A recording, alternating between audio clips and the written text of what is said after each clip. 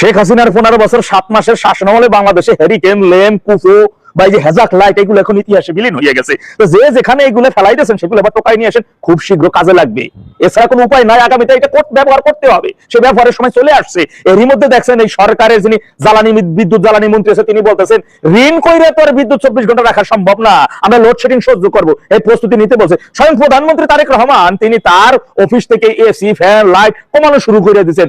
অন্যদিকে যিনি অর্থমন্ত্রী আছে তাকে সাংবাদিকরা প্রশ্ন করছে যে রিজার্ভ আছে 15 বিলিয়ন, অর্থনীতির অবস্থা খুবই একেবারে সারাবার অবস্থা করে ফেলছে, কিভাবে কি চলবে? তিনি বলছেন ট্যাক্স বাড়াই দেবো, ভ্যাট বাড়াই দেবো, সমস্যা কি? কোনো সমস্যা নাই। দেখেন না 12 তারিখে যে গণপ্রজাতন্ত্রী বাংলাদেশ কোনো সরকার গঠন হয় নাই, সেখানে শুধু যুক্তরাষ্ট্র কর্তৃক সিলেক্ট হওয়া ব্যক্তিরাই সরকারে আসছেন। সেই যুক্তরাষ্ট্র কর্তৃক নির্বাচিত সরকার এরই মধ্যে আসছে। যুক্তরাষ্ট্রের সাথে যে গোপন চুক্তি, এই গোলামী চুক্তি বাংলাদেশের ইতিহাসে কোন সরকার প্রধান এই ধরনের গোলামী চুক্তি করে নাই, যেটা ডেভিল ইনুসগং করে গেছেন।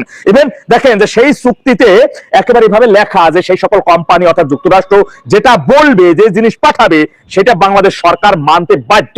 শব্দটা কি বাধ্য, মানে মানতে হবে, তারা যাই দিক না কেন। এরই মধ্যে দেখলাম বাংলাদেশে বিশ্ব বাজার দরের থেকে 1400 কোটি টাকা বেশি মূল্য দিয়ে এলএনজি গ্যাস কেনার জন্য টাকা বা অর্থ পরিশোধ করছে এই তারেক প্রশাসন। বর্তমান যিনি পররাষ্ট্রমন্ত্রী রয়েছেন যুক্তরাষ্ট্রের নাগরিক রোজার রহমান ওরফে খলিলুর রহমান, তিনি বলছেন এই গোপন চুক্তির বিষয় বিএনপি এবং জামাত তারা জানতো। এবার দেখলাম যে জামাতের আমি তিনি বলতেছেন এই চুক্তির বিষয়ে তারা কিছুই জানে না। এতটুকু বলে তো ক্ষান্ত হওয়া যাবে না, যেহেতু মুনাফিকি করা তাদের সংগঠনের দলিলই রয়েছে যে তারা মুনাফিক বা মুনাফিকি তারা এটা করে ইতিপূর্বে এই পর্যন্ত করে আসে। সুতরাং এটা শুধু এই বক্তব্য দিয়ে এই বক্তব্য থেকে সেরা বেড়া করে ফেলার কথা, সেটা কিন্তু করে নাই। বিএনপি কোনো বক্তব্য এই বিষয় দেয় নাই। মনে রাখবেন এই চুক্তিতে যখনই হাত পড়বে এই সরকার, সময় যখন আসতেছে তখনই আমাকে আপনাকে পেটে পাথর বেঁধেই থাকতে হবে, সেই অ্যানালগ যুগের মতো জায়গায় ফিরে যেতে হবে। আমরা সেই যাইতে বাধ্য, কারণ উপায় নাই।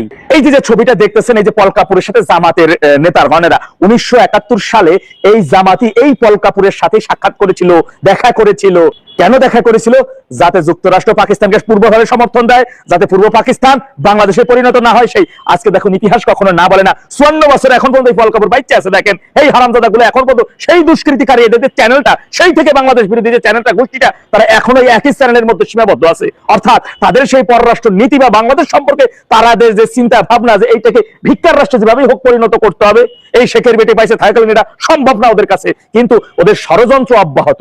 বাংলাদেশের বিষয় বাংলাদেশ মাথা ঘুরে, বাংলাদেশ ঘুরে দাঁড়াবে এটা কোনোভাবে সম্ভব না। দক্ষিণাঞ্চলের এই দেশটা, বিশেষ করে এই দেশে খুব বেশি সম্পদ নাই, তাতে কি হয়েছে? ভৌগোলিক দিক থেকে এই জায়গাটা খুবই মূল্যবান একটা জায়গা। একদিকে বিলের জমি, অন্যদিকে রাস্তা, সরকারি রাস্তার পাশের জমির মতো। মনে রাখবেন হাগামোতা টিস্যু থেকে শুরু করে যাবতীয় পণ্য, কৃষি খামার পণ্য শুরু করে সমস্ত কিছু যুক্তরাষ্ট্র থেকে যে দামের চাইতে 3 গুণ বেশি মূল্য দিয়ে কিনতে আপনি বাধ্য, এমনই চুক্তি করা হয়েছে। শুধুই তাই না, অন্য কোনো দেশ থেকে কোনো ধরনের সমরাস্ত্র আপনি কিনতে হলে তাদেরকে আগে অবগত করতে হবে। তারা যদি আপনাকে অনুমতি দেয় তাহলে আপনি কিনতে পারবেন। তারা কোনো দেশকে